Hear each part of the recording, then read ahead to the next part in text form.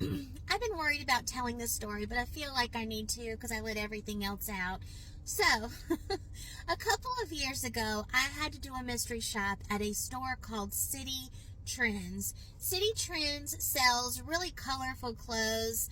I call them streetwear. I hope that's the appropriate word. I mean nothing but respect here. But when I walked into the store, the two associates I saw looked at me like I was the most disgusting thing that ever walked in the store or they ever saw in their lives, really. Like that, ooh, look. You know, I'm like, oh God, do I have a booger hanging out of my nose? Like, what's going on? Like, I felt really uncomfortable and unwelcomed, but it was a mystery shop and I had to continue. So I continue to walk in the store. I go to clothes that caught my attention and I'm looking around the store. It was clean. It was neat. The associates were dressed appropriately, especially for the store attire. Like, it was a great looking store.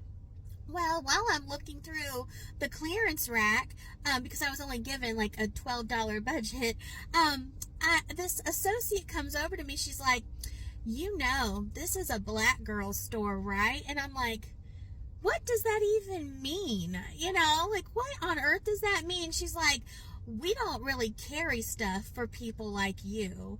And I was offended.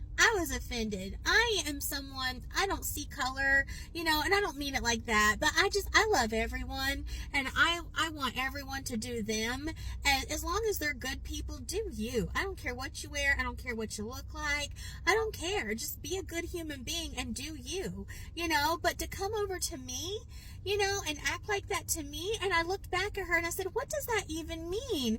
And she's like, can you tell that we aren't American Eagle or Abercrombie and Fitch? And I'm like, I can obviously read the name of the store and I love the colorfulness of your clothes. Is that a problem? Am I not welcome here? And she's like, well, we're just not used to people that look like you coming in here.